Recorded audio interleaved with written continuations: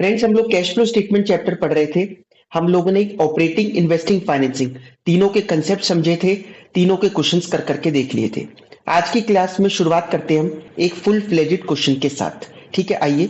Study material का question है, from the following balance sheet of grow more limited prepare cash flow statement for the year ended 31 March 2021। आपको 31 March 2021, 31 March 2020 ये दे रखी है। ठीक है, बैलेंस शीट हम लोगों को गिवन है। एक बार एडजस्टमेंट्स पे गौर करते हैं, थोड़ा एक बार जस्ट बर्ड्स व्यू ले लेते हैं, फिर उसके बाद पूरा डिटेल में पढ़ेंगे। Depreciation at the rate of 25% was charge on the opening value of plant and machinery. Plant and machinery की ओपनिंग वैल्यू पर डेप्रिसिएशन लगाना है 25% का। At the year and one old machine costing rupees 50,000 WDV, उसकी return down value कितनी थी? 20,000 रुपए। Return down value बोल लो या बुक वैल्यू बोल लो या कॉस्ट लेस अक्यूमुलेटेड डेप्रिसिएशन, कुछ भी बोल लो, मतलब ठीक है। डेप्रिसिएशन माइनस करने के बाद वैल्यू कितनी है? 20,000। Was sold for rupees 35,000। Purchases were also made at the year and. Purchases जो करी गई वो भी ईयर एंड पे करी गई, तभी तो उसने कहा कि डेप्रिसिएशन हमने ओपनिंग वैल्यू पर लगाया है। 50,000 was paid towards income tax during the year. Income tax की पेमेंट हुई है 50,000 रुपए की। यहाँ पर पेड दे रखा है, चार्ज टू पी एंडल वाला नहीं दे रखा, पेड दे रखा है। Construction of the building got completed on 31 March 2021 and hence no depreciation may be charge on the same. तो बिल्डिंग पर कोई डेप्रिसिएशन नहीं लगाना है क्योंकि एकदम एंड में जाकर बनी है। कैश फ्लो स्टेटमेंट प्रिपेयर करना है। आइए फॉर्मेट बनाना शुरू करते हैं। क्वेश्चन देखिए, कितना भी बड़ा हो, कितना भी घुमाने की कोशिश करे, आपको अपने स्टेप्स पता है क्या क्या होंगे। अगर आपको स्टेप्स मालूम है तो क्वेश्चन में कभी भी दिक्कत नहीं आएगी आपको।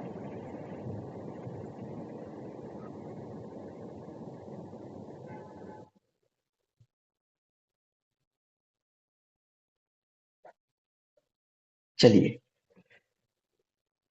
Cash flow statement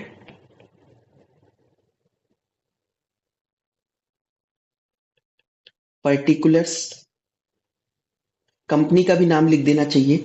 grow more limited है ना, ग्रो मोर लिमिटेड लिख देते। Cash flow statement of grow more, जब अवेलेबल हो तब तो लिख ही सकते हैं नाम। पर्टिकुलर्स रुपीस रुपीस, ये तो करोड़ वगैरह में तो कुछ है नहीं, तो रुपीस रुपीस ठीक है। सबसे पहला हमें क्या करना है? Cash flow from operating activities. देखिए, केवल जब एक एक्टिविटी आती है तब तो ठीक है, आपकी प्रेजेंटेशन के आपको प्लस माइनस कर कर दिखाना है बस। लेकिन जब पूरा कैश फ्लो स्टेटमेंट का क्वेश्चन है तो थोड़ा अच्छे से प्रेजेंटेबल बनाना, कैसे करना है वो भी हम डिस्कस कर लेंगे। सबसे पहला स्टेप क्या होता है ऑपरेटिंग एक्टिविटी में? प्रॉफिट बिफोर टैक्स पे पहुंचना। तो profit before tax, profit before tax हमें यहां नहीं निकालना होता, अलग से वर्किंग नोट में निकालेंगे तो ज्यादा प्रेजेंटेबल लगेगा। ठीक है, कैश फ्लो स्टेटमेंट में प्रॉफिट बिफोर टैक्स डालने के लिए देखिए क्या क्या गिवन है। ठीक है, ये पी एंड एल दे रखा है, ये जनरल रिजर्व वगैरह। एक काम करते हैं, वर्किंग नोट बना लेते हैं यहां पर। वर्किंग नोट्स, पहला working note profit before tax का। क्या स्टेप्स थे? प्रॉफिट बिफोर टैक्स कैसे निकलता है? डिफरेंस इन एसपीएल, मतलब closing value minus opening value of P and L. देखिए कितनी है, क्लोजिंग है 1 लाख, ओपनिंग है 60,000, तो difference in P and L कितना आया? 40,000 रुपए।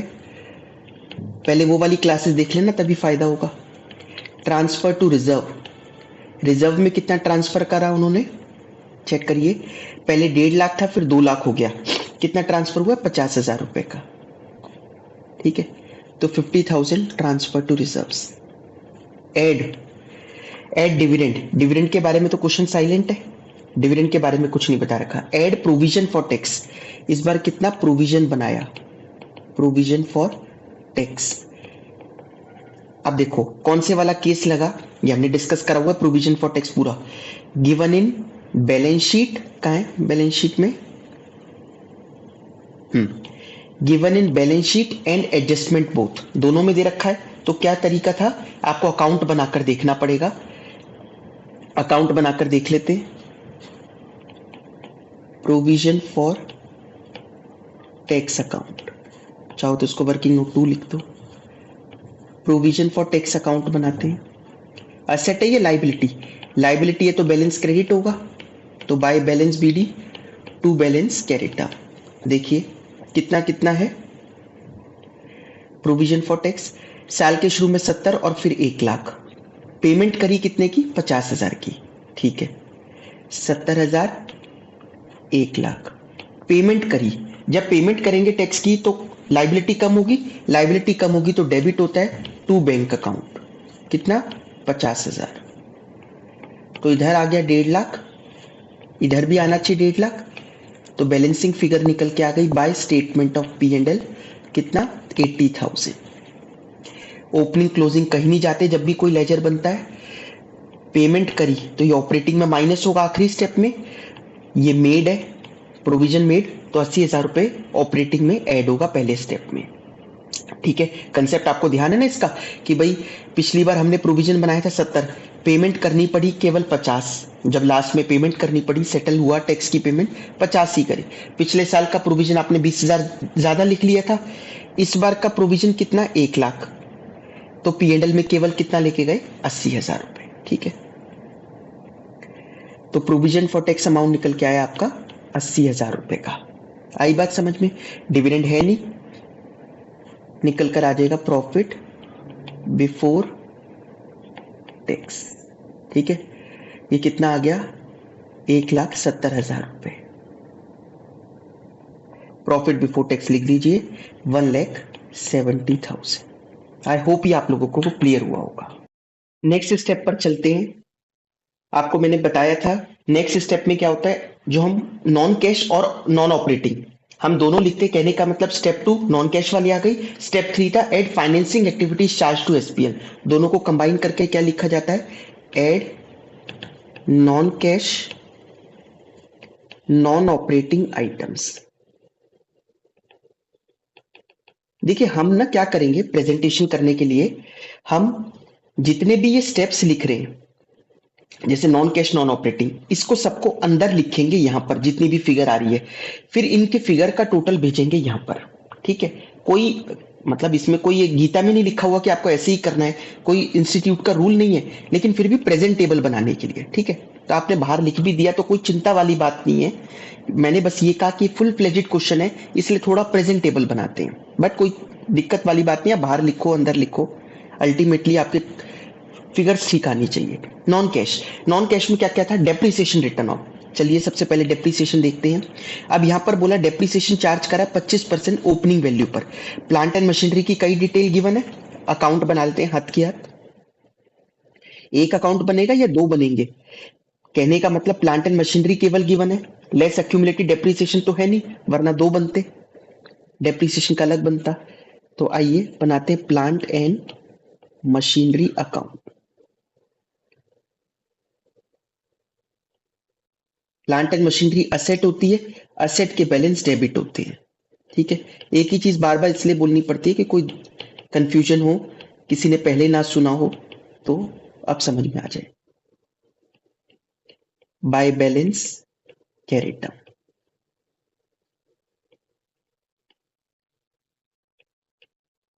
क्या क्या फिगर से लिख लीजिए। प्लांट एंड मशीनरी साल के शुरू में 5 लाख, साल के एंड में 7 लाख। 5 लाख एंड 7 लाख। अब कहता है ओपनिंग फिगर पर इन्होंने डेप्रिसिएशन लगाया 25% का। ठीक है, ओपनिंग पर डेप्रिसिएशन लगाइए 25%, तो बाय डेप्रिसिएशन अकाउंट 5 लाख का 25% हो गया 1,25,000 रुपए, 1,25,500। ठीक है, ये हो गया। इसके बाद कहता है एक ओल्ड मशीन जिसकी कॉस्ट थी 50,000 रुपए की, आज की उसकी वैल्यू थी 20,000 रुपए, उसको बेच दिया 35,000 में। 20,000 की चीज 35 में बिकी, 15,000 का प्रॉफिट आया। ठीक है, तो 35,000 में बिकी है, तो by bank account 35,000। To SPL profit है 15,000 रुपए का। समझ में आई बात? और कुछ नहीं कह रहा क्वेश्चन में, प्लांट एंड मशीनरी से रिलेटेड। ठीक है, टोटलिंग करते हैं। क्रेडिट साइड का टोटल करिए कितना है, ये आ गया 8,60,000 रुपए, है ना? क्योंकि 8,60,000, तो यहाँ पे भी कितना होना चाहिए, 8,60,000 टू बैंक अकाउंट। ये क्या किया होगा, डेबिट साइड में डिफरेंस क्यों आ रहा है, क्योंकि परचेज की होगी। डेबिट साइड में डिफरेंस है तो इसका मतलब परचेज की है। कितना, 3,45,000। ठीक है, 3,45,000 की परचेज है। क्रेडिट में डिफरेंस आता है तो या तो डेप्रीसिएशन या सेल, इसकी संभावना होती है। डेबिट में डिफरेंस आता है तो परचेज है, ऐसे, है ना? तो डेप्रीसिएशन रिटर्न ऑफ अमाउंट था 1,25,000 रुपीज का। आ गई बात समझ में? अब नेक्स्ट है इंटेंजिबल एसेट्स रिटर्न ऑफ। कोई इंटेंजिबल एसेट राइट ऑफ की है इनकी? इंटेंजिबल एसेट नहीं है। Loss on sale of asset, loss नहीं है, प्रॉफिट है। ठीक है, और कोई नॉन कैश तो दे नहीं रखा। नॉन ऑपरेटिंग पे चलते हैं, मतलब add financing activities such as interest paid, premium on redemption of shares debentures. ठीक है, तो इंटरेस्ट पेड, कोई इंटरेस्ट की पेमेंट हो रही है। इंटरेस्ट की पेमेंट, अब देखो इंटरेस्ट एक एक्सपेंस है, आपको बैलेंस शीट में तो दिखाई देगा नहीं, या तो एडजस्टमेंट देता। देखिए दिक्कत यही है कि कैश फ्लो स्टेटमेंट में जो हमें ऑपरेटिंग में प्लस माइनस करना होता है, वो करना ऐसी चीजें होती है जो पी एंड एल की आइटम है, बट दे आपको क्या देता है, बैलेंस शीट। ठीक है, पी एंड एल दे तो बहुत सिंपल हो जाए। तो हम कह रहे थे एड इंटरेस्ट पेड। अब इंटरेस्ट पेड आपको बैलेंस शीट में तो नहीं मिलेगा, लेकिन हिंट मिल सकता है। कैसे हिंट मिल सकता है, डिबेंचर के आगे रेट लगाकर दे दे। ठीक है ना, तो यहां पर देख लेते हैं एक बार। Long term borrowing second point है, डिबेंचर्स कहता है issued at the end of the year, तो वो तो वैसे ही एंड ऑफ द ईयर है तो कोई दिक्कत नहीं है। ठीक है, अब हमें लेस करनी होती है नॉन ऑपरेटिंग आइटम्स। ठीक है, नॉन ऑपरेटिंग आइटम्स को लेस करना होता है। तो 1,25,000 तो केवल एक ही फिगर है, सीधा यहां लिख दो। नॉन ऑपरेटिंग आइटम्स क्या क्या थी, less investing, deduct investing activity such as interest, dividend receive, profit on sale of asset. तो प्रॉफिट तो हो रहा है इनको, profit on sale of plant and machinery. कितने रुपए का प्रॉफिट हुआ था, 15,000 रुपए का, वो माइनस कर दीजिए। ठीक है, 35,000 में बेचा था ना शायद, क्या था, हाँ 35,000 में बेचा था 20,000 की चीज, तो 15,000 का प्रॉफिट था। ये कर दिया हम लोगों ने। अब इसको क्या बोलते हैं, operating profit before working capital changes. ठीक है, ये आ गया 2,80,000 रुपए। ठीक है, 2,80,000 रुपए आ गया। अब हम करते हैं working capital adjustments. Working capital के एडजस्टमेंट करिए, ऐड क्या करना होता है, decrease in current asset and increase in current liabilities. Current asset के डिक्रीज और करंट लाइबिलिटीज के इंक्रीज लिखने होते हैं, लेकिन कौन से लिखने होते हैं वो पहले आपको बताया हुआ है। जैसे कैश इन कैश इक्विवेलेंट नहीं लेते, ऐसे एसेट नहीं लेते जो ऑलरेडी आपने कहीं और ट्रीट कर लिए हों, या फिर जो ऑपरेटिंग ना हो। आइए चलते हैं करंट एसेट पर। करंट एसेट में डिक्रीज 2 लाख से 4 लाख हो रहा है, ये तो कोई डिक्रीज नहीं हुआ। ट्रेड रिसीवेबल 7 से 5 हो गया, तो 2 लाख का डिक्रीज है, लिख दीजिए decrease in trade receivable 2 lakh रुपए। ठीक है, ट्रेड रिसीवेबल का डिक्रीज आ गया। कैश इन कैश इक्विवेलेंट लेना नहीं होता। करंट लाइबिलिटी में चलते हैं। करंट लाइबिलिटी में ट्रेड पेबल्स, ट्रेड पेबल में क्या इंक्रीज हो रहा है, नहीं, ये तो डिक्रीज हो रहा है। Other current liabilities, other current liability के लिए नोट है, नोट में देखना चाहिए डिविडेंड पेबल, ये इन्होंने डिविडेंड की पेमेंट करी है, अभी समझा दूंगा क्या है ये भी नहीं आएगा। वैसे भी डिविडेंड पे करना फाइनेंसिंग एक्टिविटी है, operating current asset current liability तो है नहीं। Provision for tax already treated elsewhere, इसको अलग से ट्रीट करते हैं, तो बस यही है। अब लेस कर देते हैं इसका उल्टा, increase in current asset and decrease in current liabilities. ठीक है, ये अब करंट एसेट में कोई इंक्रीज हो रहा है, इन्वेंट्री 2 लाख से इंक्रीज कर रही है। ठीक है, इंक्रीज इन इन्वेंट्रीज कितने से इंक्रीज हो रही है? 2 लाख से, तो ये माइनस होगा। ठीक है, और करंट लाइबिलिटी में चलते हैं, ट्रेड पेबल। ट्रेड पेबल में क्या हो रहा है? डिक्रीज, तो डिक्रीज भी लेना है ना करंट लाइबिलिटी का। 1,20,000 रुपए। ठीक है, 1,20,000 रुपए आ गया।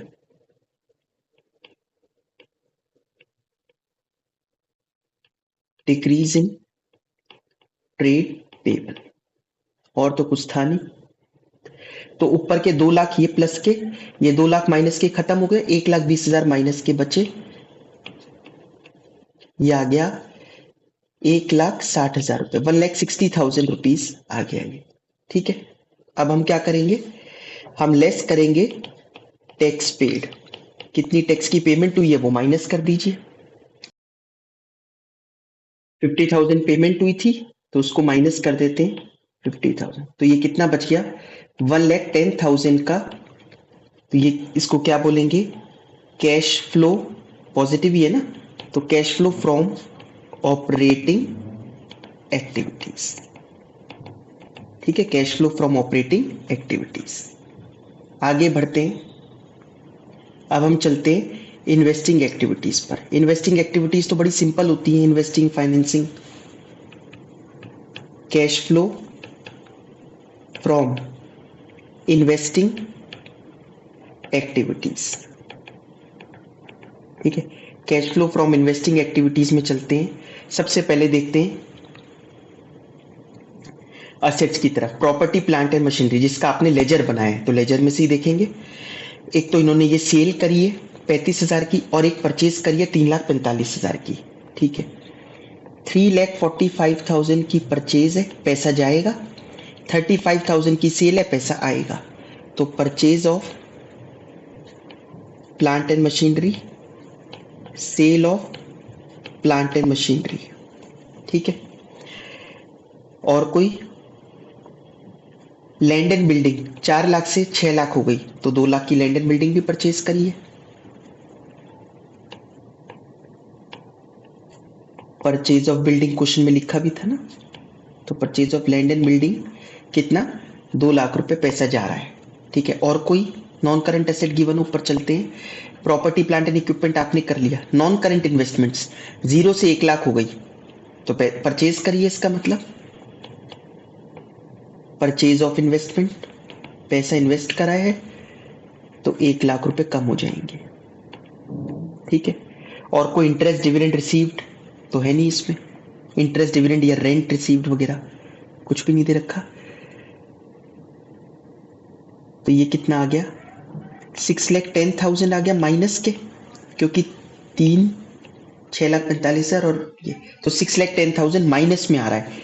इसको क्या बोलेंगे? Cash used in investing activities. Investing activities में कितना कैश यूज हुआ, ये आ जाएगा।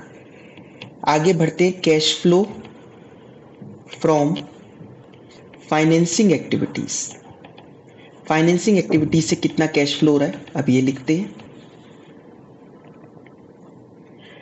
चलिए, फाइनेंसिंग एक्टिविटीज कौन सी होंगी? शेयर कैपिटल पर चलते हैं। 8 लाख से 10 लाख, तो 2 लाख रुपए के शेयर्स इशू करें।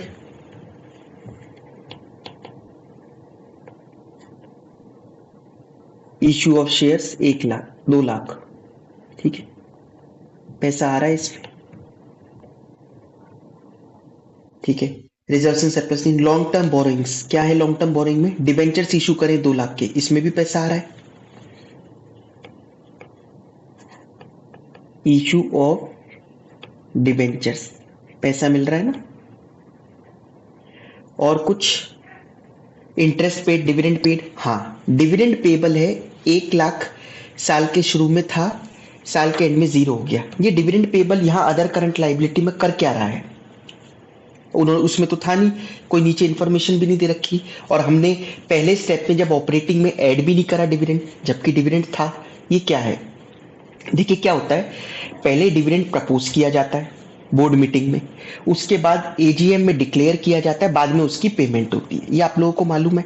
लेकिन जब पेमेंट के लिए जाते हैं, चेक वगैरह, अब पहले का सिस्टम तो चेक वगैरह के थ्रू ही पेमेंट होती थी, तो अगर किसी को पेमेंट नहीं हो पाई, या फिर अगर आप ऑनलाइन भी पेमेंट कर रहे हो, किसी की फेल हो गई पेमेंट, तो वो किस में ट्रांसफर कर देते हैं पैसे, कंपनीज लॉ में है ये चीज, अनपेड डिविडेंड में या डिविडेंड पेबल में। आपको कुछ पीरियड तक उसमें रखना पड़ता है, फिर आपको पता है वो फिर पेमेंट ट्राई करते हैं, अदरवाइज लास्ट में जाकर वो इन्वेस्टर एजुकेशन फंड वगैरह में ट्रांसफर होता है। ये सब मालूम है आपको, तो ये कंपनीज एक्ट में आप पढ़ोगे भी। तो 1 लाख रुपए डिविडेंड पेबल था, लाइबिलिटी में दिखा रखा है, ठीक है। इस बार का डिविडेंड होता ये तो लाइबिलिटी में थोड़ी ना दिखता। इस बार का डिविडेंड तो आपको एडजस्टमेंट में कहता कि बस इतना डिविडेंड हमने पेमेंट करी है। लेकिन ये लाइबिलिटी कैसे बन गया डिविडेंड? लाइबिलिटी इसी वजह से बना क्योंकि आपने डिविडेंड ट्राई किया बट उसकी पेमेंट नहीं हो पाई। कुछ शेयर होल्डर के मतलब घर में चेक पहुंचे लेकिन वो अवेलेबल नहीं थे तो वो वापिस आ गए, या फिर आपने ऑनलाइन ट्रांजेक्शन करने की कोशिश करी, शायद अकाउंट डिटेल गलत होगी तो वो बाउंस बैक कर गई, वो पेमेंट हुई नहीं, सक्सेसफुल नहीं हुई। तो ये डिविडेंड पेबल है। लेकिन अब 1 लाख से जीरो हो गया इस साल, वो तो जीरो हो गया, इसका मतलब पेमेंट कर दी। तो ये तो पिछले सालों से पर्टेन कर रही है ना। पिछले साल की बैलेंस शीट में 1 लाख रुपए दिख रहे हैं आपको, इस साल से तो कोई लेना देना ही नहीं है, इसलिए ऑपरेटिंग में एड बैक नहीं करी, क्योंकि इस साल हमने डिविडेंड का कुछ करा ही नहीं। ठीक है, करा होता तो आपको नीचे बता रखा होता। ये तो पिछले साल का 1 लाख है, साफ साफ दिखाई दे रहा है पिछले साल की बैलेंस शीट में। ठीक है, इससे क्लियर और क्या होगा। तो डिविडेंड पेमेंट करी हमने 1 लाख रुपए की,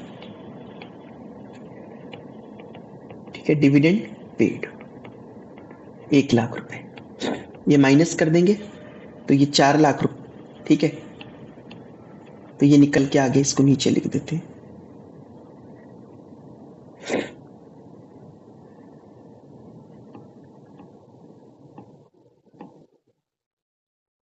₹3 लाख।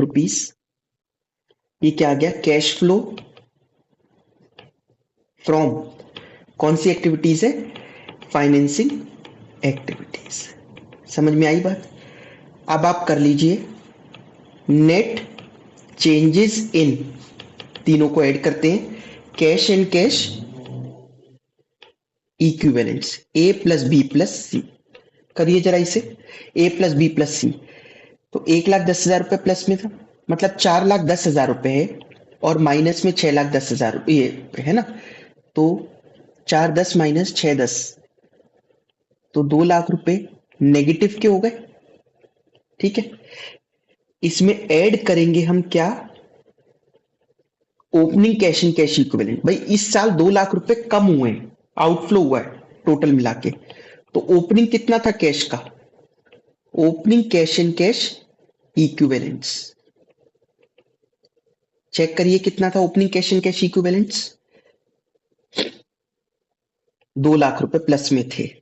तो 2 लाख रुपए प्लस में थे, कहां गए, 2 लाख प्लस में थे, और ऊपर माइनस में इस बार फ्लो हुआ तो जीरो हो जाना चाहिए, नील। तो क्या ये नील हो रहा है, चेक कर लीजिए। हाँ, एंड में ये कैश एंड कैश इक्विवेलेंट नील हो रहे हैं, नील हो रहे, इट मीन्स आपका आंसर ठीक है। समझ में आ गई बात। तो इसको क्या लिखेंगे हम, closing cash and cash equivalents. ठीक है, ये था हमारा एक full fledged question cash flow statement का। आपको याद होगा हमने treatment of some important items के लिए एक अलग से बनाया था कि जिससे कि कुछ भी क्वेश्चन में और मिलता रहे आपको तो वो लिख लोगे। जैसे हमने इसमें प्रोविजन फॉर टैक्स लिखा था, ठीक है, नॉन करंट एसेट्स के बारे में लिखा था, फिर वर्किंग कैपिटल के बारे में लिखा था। एक काम करते हैं, ये जो डिविडेंड पेबल है आपको याद रखने के लिए यहां पर लिख लेते हैं, any decrease in dividend payable. ठीक है, जो डिविडेंड पेबल है या unpaid dividend, unpaid dividend appearing in liabilities, उसमें कोई भी अगर डिक्रीज होता है is deducted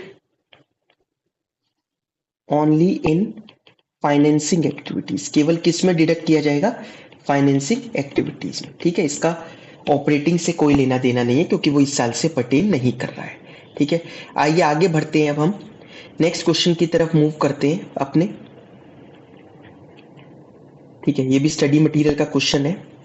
the balance sheet of New Light Limited as on 31st March 2021 and 2020 for the years ended are as belows.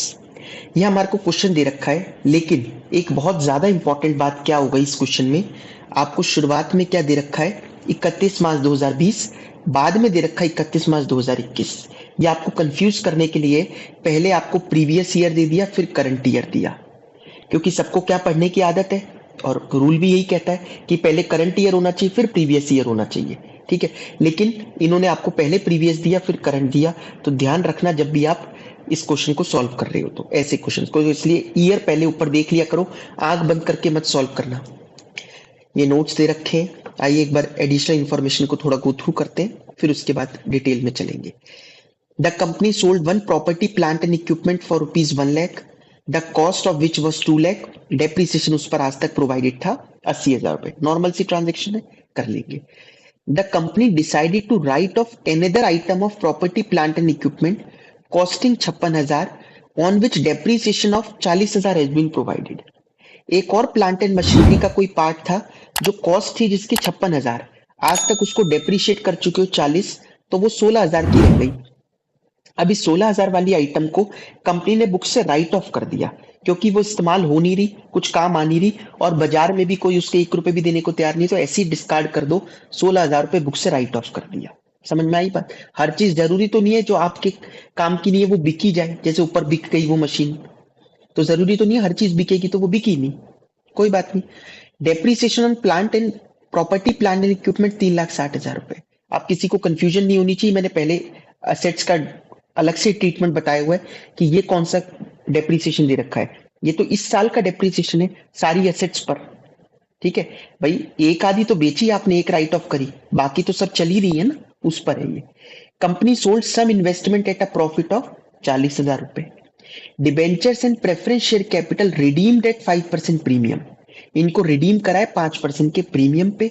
Debentures were redeemed at year end, ठीक है। Company decided to value inventory at cost. Company ने decide किया inventory को वो cost पर value करेंगे, whereas previously the practice was to value inventory at cost less 10%। इस बार तो इन्वेंट्री को कॉस्ट पर वैल्यू करेंगे, ठीक है, लेकिन पिछली बार क्या दिक्कत थी, वो कॉस्ट लेस 10% करके वैल्यू करते थे अपने स्टॉक को।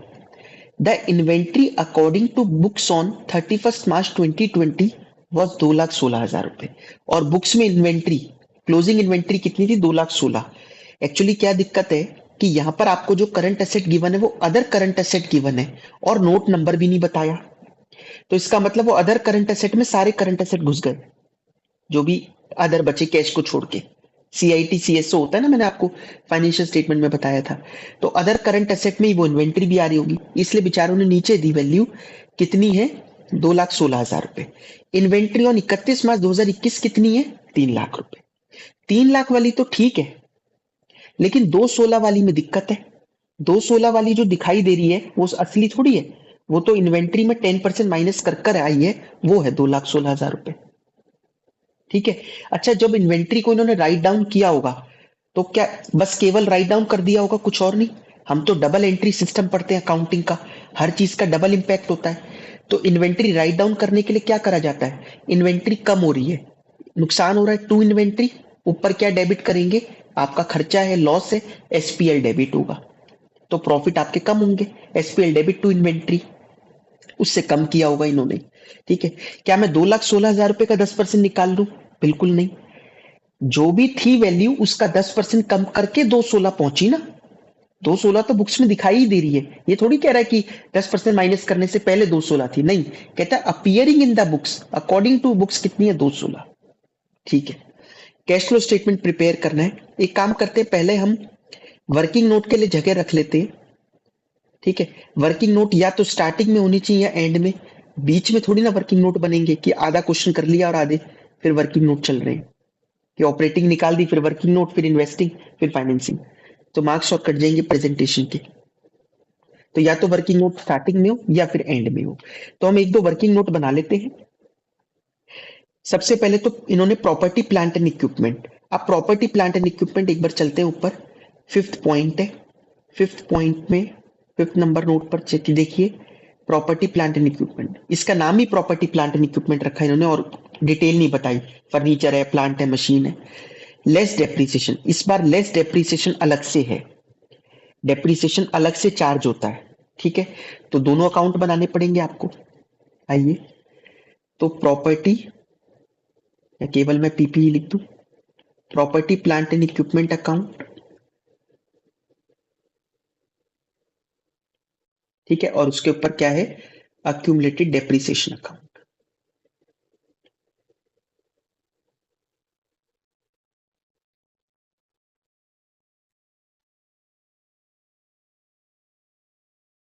नेक्स्ट है इसके बाद अक्यूमुलेटेड डेप्रीसिएशन अकाउंट।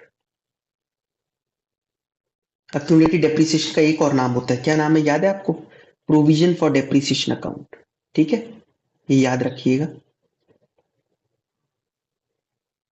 असेट का बैलेंस डेबिट होता है तो टू बैलेंस बीडी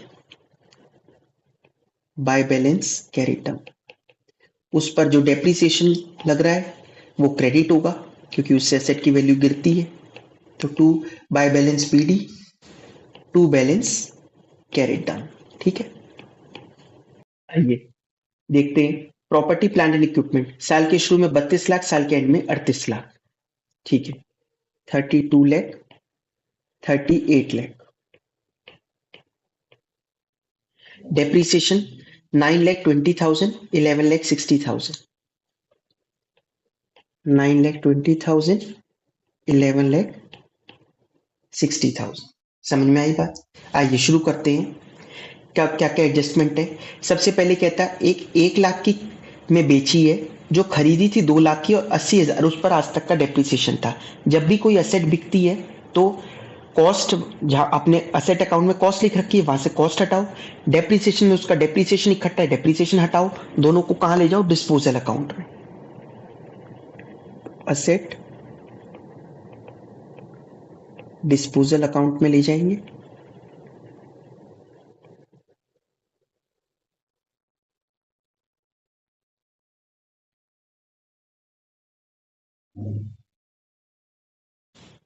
ठीक है, कॉस्ट हटाते हैं यहां से, बाय असेट डिस्पोजल, या पीपी डिस्पोजल बोल सकते हो, पीपी डिस्पोजल अकाउंट, ठीक है, एक ही बात है।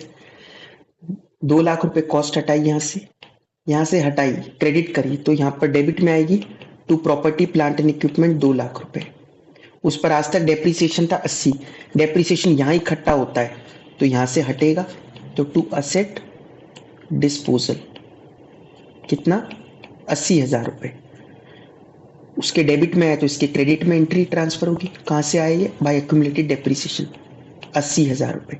2 लाख का खरीदा था, आज तक डेप्रीसिएशन 80, तो 1,20 की हो गई, 1,20 वाली चीज आपने बाय बैंक कितने में बेच दी, 1 लाख में, तो 20,000 का क्या हो गया, लॉस बाय एसपीएल, ठीक है, सिंपल सा था।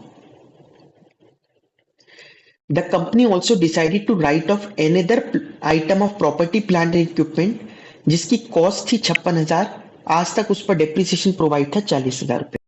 अगर हमारे को इसकी एंट्री करनी होगी तो क्या होगी, देखिए, असेट कम हो रही है तो to property plant and equipment 56,000 की कॉस्ट, उस पर आज तक डेप्रीसिएशन था 40,000 रुपए, तो डेप्रीसिएशन रिवर्स करेंगे, डेप्रीसिएशन क्रेडिट में, रिवर्स करते वक्त डेबिट हो जाएगा। 16,000 का कंपनी को नुकसान हुआ तो एसपीएल डेबिट होगा। समझ में आई बात, ये एंट्री बनेगी। अब इसका ट्रीटमेंट करते हैं, इसकी पोस्टिंग करते हैं। प्रॉपर्टी प्लांट एंड इक्विपमेंट में क्या लिखे, by accumulated depreciation by SPL, by accumulated depreciation 40,000 by SPL 16,000 रुपए, ठीक है, ये हो गया 56,000। अब एक्यूमुलेटेड डेप्रीसिएशन डेबिट करके क्या लिखे, to property plant and equipment, to property plant and equipment कितने, 40,000 रुपए। कंपाउंड एंट्री को ट्रांसफर करना आता है ना आपको, 11th में पढ़ा होगा आपने, तो to property plant and equipment 40,000 रुपए, ठीक है। 16,000 का लॉस है, तो ये 16,000 का लॉस, ये आप याद रखना, ये आपको करना होगा ट्रीटमेंट। अभी बताता हूँ क्या ट्रीटमेंट होगा, आगे बढ़ते हैं। और कुछ है, ये कहते हैं डेप्रीसिएशन लगाया इस बार 3,60,000 का, ठीक है। इस बार नया डेप्रीसिएशन कितना है, बाय डेप्रीसिएशन सीधा बाय एसपीएल भी लिख सकते हो, बाय डेप्रीसिएशन भी लिख सकते हो, 3,60,000 रुपए का। ठीक है, अब इसको क्लोज करना शुरू करते हैं। अक्यूमुलेटेड डेप्रीसिएशन, अक्यूमुलेटेड डेप्रीसिएशन में इस साइड कितना है क्रेडिट साइड, 12,80,000 रुपए है ना।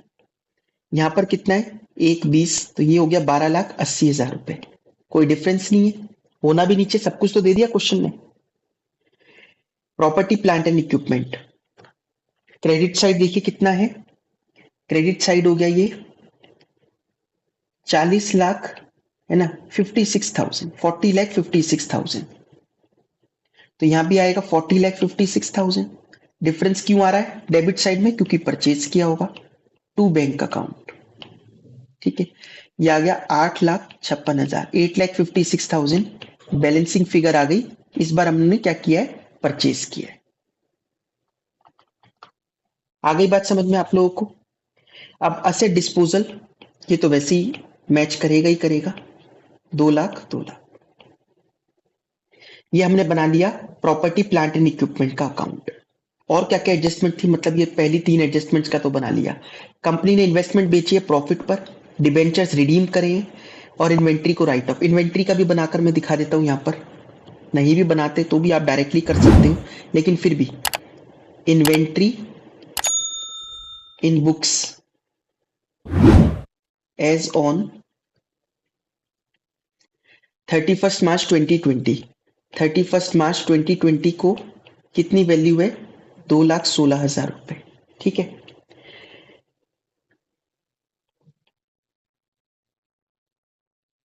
करेक्ट कॉस्ट कितनी आएगी, 216 अपने आप में क्या है, 90% है, क्योंकि 10% कम कर कर जो वैल्यू बची 90% बची, हमें पूरी वैल्यू चाहिए। तो करंट कॉस्ट कितनी आ गई, 2,16,000, 2,40,000। तो करेक्ट कॉस्ट आ गई 2,40,000 रुपए की। ठीक है, इन्होंने क्या किया होगा 2,40,000 रुपए के लिए, 2,40,000 को जब 216 करा होगा तो 24,000 रुपए इन्वेंट्री से कम किए होंगे और प्रॉफिट से कम किए होंगे। सो हमें क्या करना होगा, किस किस की वैल्यू बढ़ानी होगी, इसको क्या बोल रहे हैं ये लोग, अदर करंट एसेट। तो अदर करंट एसेट अब कितने हो गए, अदर करंट एसेट और पी एंड एल। ठीक है, on as on 31 March 2020, as on 31 March 2020, दोनों की फिगर बदल गई।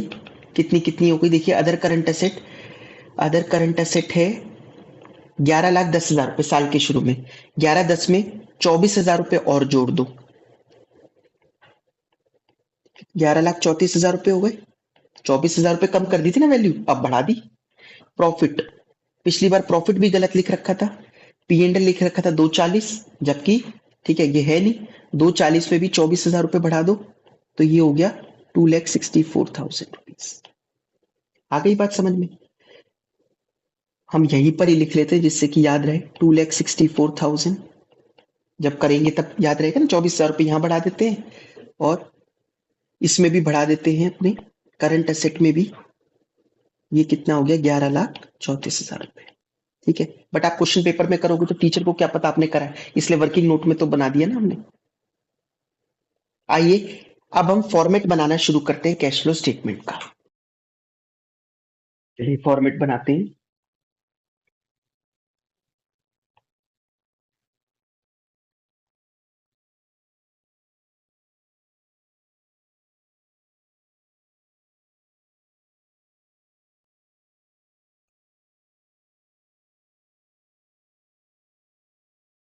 कैश फ्लो स्टेटमेंट, कंपनी का नाम क्या है, ऑफ,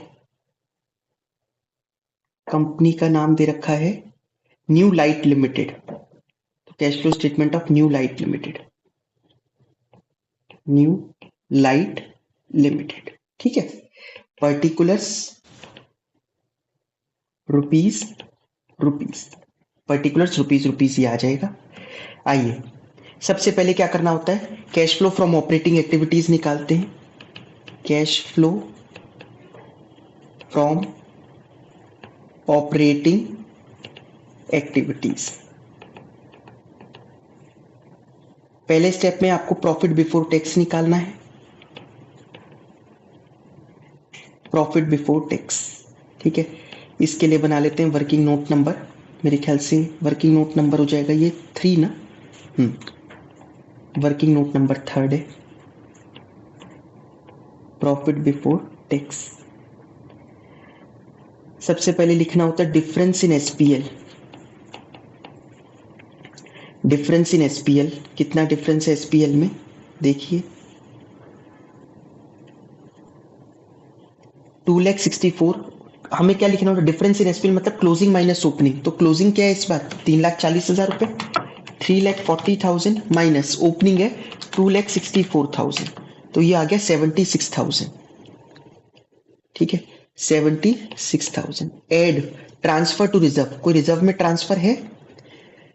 साल के शुरू में था 6 लाख, फिर साल के एंड में है 7,60,000 रुपए, तो 1,60,000 रुपए ट्रांसफर करें, 1,60,000 रुपए ट्रांसफर करें, ट्रांसफर टू रिजर्व। कोई डिविडेंड क्वेश्चन में दे रखा था? हमने ये एंट्रीज पढ़ी, कोई डिविडेंड तो है नहीं क्वेश्चन में। ठीक है, डिविडेंड नहीं है। प्रोविजन फॉर टैक्स, टैक्स का प्रोविजन एडजस्टमेंट में तो नहीं है, केवल बैलेंस शीट में तो नहीं दे रखा, ये रहा प्रोविजन फॉर टैक्स। ठीक है, प्रोविजन फॉर टैक्स में साल के शुरू में इतना, साल के एंड में इतना। इस बार कितना प्रोविजन बनाया होगा करंट वाला, वहां पर जाकर क्लास देखना, मैंने पूरा डिटेल में समझा रखा है प्रोविजन फॉर टैक्स। तो 3,40,000 रुपए ऐड कर देंगे। ठीक है, 3,40,000 रुपए प्रोविजन फॉर टैक्स। ठीक है, 76,000 प्लस 1,60,000 प्लस 3,40,000 रुपए, ये आ जाएगा 5,76,000। 5,76,000 को ले जाइए अपने प्रॉफिट बिफोर टैक्स में। आइए ऐड करते हैं non cash oblique non operating items. Non cash non operating items को ऐड करते हैं। नॉन कैश में सबसे पहली क्या होगी, डेप्रीसिएशन रिटर्न ऑफ। ठीक है, डेप्रीसिएशन रिटर्न ऑफ कितनी है, चलिए लेजर बनाया हुआ है आपने। इस बार डेप्रीसिएशन कितना था, 3,60,000 रुपए का, है ना। 3,60,000 रुपए डेप्रीसिएशन था, plus intangible assets return of. कोई इंटेंजिबल एसेट है, चेक करते हैं हम ऊपर जाके। नॉन करंट एसेट में पीपीई है और नॉन करंट इन्वेस्टमेंट नहीं है। Loss on sale of asset, loss on sale है 20,000 का लॉस ऑन सेल है। ठीक है, 20,000 loss on sale of PPE. ठीक है, depreciation intangible asset loss on sale, ये तो हो गए। क्या और कोई नॉन कैश आइटम है इस बार? क्या है, इन्होंने प्रॉपर्टी प्लांट एंड इक्विपमेंट जो है ये राइट ऑफ किया इस बार। कितने का राइट ऑफ किया है चेक करिए, 16,000 रुपए का नुकसान हुआ इनको। देखिए इसीलिए मैं कहता हूं आपके कंसेप्ट क्लियर होने चाहिए, कोई रट्टाफिकेशन नहीं है कैश फ्लो स्टेटमेंट पे। ठीक है, आप लॉजिक पर चलो। नॉन कैश आइटम जितनी भी पीएनएल में वो राइट ऑफ कर, वो आप वापिस एड बैक कर रहे हो जो आपने पहले माइनस की हुई है। ठीक है, तो एड बैक करी 16,000 रुपए, ये भी तो है। पहले आप इस बार आपने ये राइट ऑफ किए। अब इसके बाद ये तो हो गई नॉन कैश। स्टेप 2, स्टेप 3 में क्या है, add financing activities charge to SPL such as interest paid, premium on redemption of shares debentures. Interest paid है, 9% डिबेंचर दे रखे हैं, और क्या बताया, कुछ डिबेंचर्स के बारे में बताया। हाँ, कहता है debentures were redeemed at year and, साल के एंड में डिबेंचर्स रिडीम करें। अच्छा, तो साल के शुरू में थे कितने, 4 लाख, साल के एंड में हुए 280, तो बिल्कुल एंड में जाकर करें इन्होंने। पूरे साल कितने चलते रहे, 4 लाख, तो इंटरेस्ट किस पर देंगे, 4 लाख पर। ठीक है, 4 लाख का 9% कितना हो गया, 36,000। तो इंटरेस्ट ऑन डिबेंचर्स 36,000। समझ में आई बात। Premium on redemption of debentures, कह रहा है ना इस बार जो रिडम्पशन करा है वो प्रीमियम पर करा है 5%। ठीक है, तो 5% प्रीमियम पर कितने के रिडीम करे, रिडीम करे कितने, 1,20,000 के रिडीम हुए ना भाई। 4 लाख में 280 तो अभी भी हैं, तो 1,20,000 के रिडीम हुए, उसके 5%, तो ये हो गया 6,000 रुपए। ठीक ठीक है, 6,000 रुपए प्रीमियम ऑन रिडम्पशन ऑफ, और premium on redemption of preference shares, जो प्रेफरेंस शेयर्स रिडीम करें उस पर भी कह रहा है 5% प्रीमियम लगा है। प्रेफरेंस शेयर्स देख लेते हैं, साल के शुरू में 4 लाख है, साल के एंड में ये भी 280 है, तो 1,20,000 के करें, 1,20,000 का 5%, वही 6,000 रुपए। समझ में आई बात?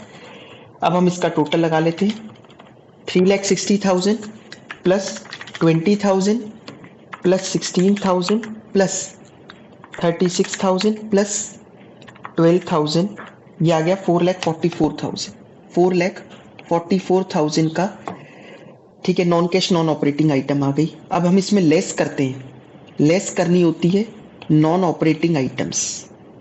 आपने लिख लिया और ना हो तो कोई बात नहीं, नील लिख देना उसके आगे, कोई ऐसी टेंशन वाली बात नहीं है। इसमें वैसे लिखते क्या क्या है, फोर्थ स्टेप है ना, deduct investing activities such as interest dividend received. कोई इंटरेस्ट डिविडेंड रिसीव हो रहा है क्वेश्चन में, कुछ बताया?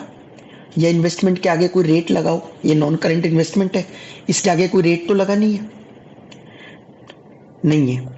लेकिन फोर्थ पॉइंट देखिए, कहते हैं company sold some investment at a profit of 40,000, तो 40,000 रुपए profit on sale of investment, 40,000 rupees, ये प्रॉफिट है, ये हमने माइनस कर दिया। आई बात समझ में?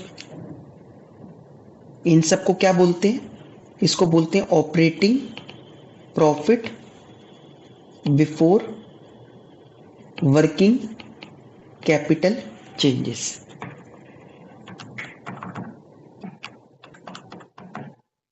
ठीक है, तो ये आ गया 9,80,000 का, 9,80,000 आ गया operating profit before working capital changes. अब वर्किंग कैपिटल के एडजस्टमेंट्स करते हैं कुछ, ऐड क्या करना होता है, add decrease in current asset and increase in current liabilities. Current asset में डिक्रीज करना और इंक्रीज इन करंट लायबिलिटीज। चलते हैं करंट एसेट्स की ओर। अदर करंट एसेट में, ये अदर करंट एसेट है, कैश इन कैश, तो केवल अदर करंट एसेट देखो, साल के शुरू में 11,34,000 के हैं और फिर 11,50,000 रुपए, ये तो बढ़ रहे हैं, बढ़ रहने वाले तो लेते नहीं। Current liabilities, other current liability के लिए note number 4, dividend payable, dividend payable तो फाइनेंसिंग एक्टिविटी है, पिछले क्वेश्चन में बताया। करंट लायबिलिटी 480 से ये हो रही है 520, हाँ ये बढ़ रही है, decrease in current asset and increase in current liability, 40,000 बढ़ रही है, तो लिखिए, ठीक है, 40,000 इंक्रीज इन करंट लायबिलिटी। और कुछ तो नहीं है करंट लायबिलिटीज में, चल के देख लीजिए। ये तो प्रोविजन फॉर टैक्स है, ट्रीटेड एल्सवेयर, इसको लेंगे नहीं, ठीक है। इसके उल्टा हम माइनस करते हैं, लेस क्या होता है, वो increase in current asset and decrease in current liabilities, इसको हम लेस करते हैं। तो वो अभी हमने जो डिस्कस किया था ना करंट एसेट वाला, अदर करंट एसेट 11,34 से 11,50 हो रहा है, तो ये 16,000 रुपए बढ़ रहा है, तो इसको करिए 16,000 रुपए बढ़ रहा है, तो इंक्रीज इन करंट एसेट 16,000, ये माइनस करेंगे, है ना, तो जब ये माइनस करेंगे तो अमाउंट निकल के आ गया 40 प्लस के ये माइनस के, तो 24,000, ठीक है, 9,80,000 और 24,000, 10,04,000 रुपए, ठीक है। लेस कर दीजिए इसमें से टैक्स पेड, टैक्स की पेमेंट जो है वो ये सही लिखा है ना, 10,04,000 रुपए, हाँ, लेस टैक्स पेड। टैक्स की पेमेंट कितनी करी, पिछले साल वाली टैक्स की पेमेंट करी होगी 3,60,000 रुपए, ठीक है, 3,60,000 टैक्स की पेमेंट करी होगी, तो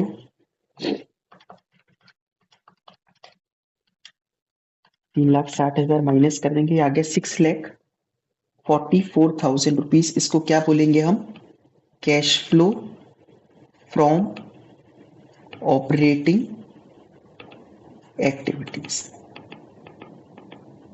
आई बात समझ में, 6,44,000 आ गया cash flow from operating activity. अब हम चलते हैं cash flow from investing activities पर। तो cash flow from investing activities. आइए, एक तो आपने लेजर ही बना रखा है, उसी से चेक कर लेते हैं कुछ तो। उसमें जो जो चीजें हैं, property plan and equipment purchase करा है 8,56,000 का, ठीक है ना। 8,56,000 purchase of property plant and equipment. पैसा आएगा या जाएगा? पैसा जाएगा, माइनस कर दिया। अब एक सेल करा इन्होंने कितने का? 1,00,000 रुपए का। तो sale of property plant and equipment, sale करा तो पैसा आएगा, ठीक है। इसमें तो इतना ही था प्रॉपर्टी प्लांट एंड इक्विपमेंट में। इसके अलावा non current investment, non current investment 3 साल के शुरू में कितने की थी? 4,00,000 की। साल के एंड में कितने की? 3/20 की। 80,000 वाली आपने सेल कर दी, और नीचे एक चीज बताई थी 40,000 के प्रॉफिट पर बेची। 80,000 की चीज 40 के प्रॉफिट पर बेची, 1/20 की बेची, तो 1,20,000 रुपए पैसा आएगा सेल ऑफ इन्वेस्टमेंट, ठीक है। और तो कुछ नहीं है, ठीक है। और कोई इंटरेस्ट रिसीव, डिविडेंड रिसीव्ड, और तो कुछ है नहीं। आपने देखा होगा हम ऑपरेटिंग में हटाते प्रॉफिट है, लेकिन जब इन्वेस्टिंग में पहुंचते तो पूरी वैल्यू लिखते हैं। जैसे यहाँ पर केवल 40 नहीं लिखा, पूरा 1/20 लिखा, क्योंकि ऑपरेटिंग में, क्योंकि P&L में तो केवल प्रॉफिट या लॉस जाता है बेचने खरीदने पे। तो जब बेचने पे प्रॉफिट लॉस जा रहा है तो वहां से तो वही हटाएंगे, लेकिन इन्वेस्टिंग लेते वक्त पूरी वैल्यू लेते हैं, ठीक है। तो आइए, 8,56,000 माइनस 2,20,000, 6,36,000 आ गया ये। 6,36,000 इसको माइनस में आ रहा है, तो इसको क्या बोलेंगे हम? Cash used in investing activities. Cash used in investing activities. Third, cash flow from financing activities. अब फाइनेंसिंग एक्टिविटीज से कैश फ्लो देखते कितना हो रहा है इनका। चलते हैं फाइनेंसिंग एक्टिविटीज चेक करने पर। इश्यू ऑफ शेयर्स 16,00,000, साल के शुरू में 12,00,000 थे, साल के एंड में 16,00,000 है, तो इश्यू ऑफ शेयर्स कितने हुए? 4,00,000 के। इश्यू ऑफ इक्विटी शेयर्स 4,00,000 रुपए, ठीक है। प्रेफरेंस शेयर्स का रिडम्पशन हुआ 4,00,000 से 280, ठीक है। 1,20,000 का रिडम्पशन हुआ, 1,20,000 का दोनों का रिडम्पशन हुआ। किस किस का? रिडम्पशन ऑफ प्रेफरेंस शेयर्स और रिडम्पशन ऑफ डिबेंचर्स। लेकिन क्या आपको मालूम है कि ये प्रीमियम पर रिडम्पशन हुआ है? तो रिडम्पशन प्रीमियम पे हुआ तो 100 रुपए की जगह 105 रुपए जाएंगे, और कैश का फ्लो कितना होगा? 105 का ही। तो हमें तो वो भी लिखना होगा। टोटल 12,000 रुपए था ना। अलग अलग भी लिख सकते हो, प्रीमियम और redemption of preference shares, premium और रिडम्पशन ऑफ डिबेंचर्स, ठीक है। और कुछ इंटरेस्ट पेड, इंटरेस्ट पेड आपने ऊपर ऑपरेटिंग में ऐड किया होगा। कितना था? 3,60,000 रुपए का, नहीं 36,000 का। 36,000 इंटरेस्ट पेड था, इंटरेस्ट पेड 36,000, ठीक है। और डिविडेंड पेड, एक वो डिविडेंड भी कम हो रहा था ना, डिविडेंड पेबल में से देखिए, साल के शुरू में 1/20 था, साल के एंड में कुछ भी नहीं है, तो खत्म हो गया, पेमेंट कर दी 1,20,000 रुपए की। डिविडेंड पेड 1,20,000 रुपए। आई होप अब आपको ये क्लियर हुआ होगा। तो 4,00,000 तो प्लस में है ही, बाकी सब माइनस में। 1,20,000, 1,20,000, 12,000, 36,000 और 1,20,000, 8,000 रुपए ये तो माइनस में आ गए, ठीक है। ये आ गए माइनस में। इसको क्या बोलेंगे? Cash used in, cash used in financing activities. ठीक है, अब आप क्या करिए, आप निकालिए net changes in cash and cash equivalents. कैसे निकालेंगे, ए प्लस बी प्लस सी कर तीनों को प्लस कर दीजिए। 8,000 माइनस में 6,36,000 माइनस में, तो ये तो 644 और ऊपर 644 प्लस में, ये तो जीरो ही बन गया, नील। बताओ, इतनी मेहनत करके आंसर जीरो आ रहा है। समझ में आई बात। Add opening cash and cash equivalents. Opening cash and cash equivalent add कर दीजिए इसमें। Opening cash and cash equivalent 10, तो साल के एंड में वैल्यू कितनी रह गई, 10। ये तो होना ही था, क्योंकि जब ओपनिंग 10 इस बार चेंज ही कुछ नहीं है, तो सेम ही आएगी। समझ में आया, इसको क्या बोलेंगे हम, closing cash and cash equivalents. ठीक है, समझ में आया ये क्वेश्चन आप लोगों को।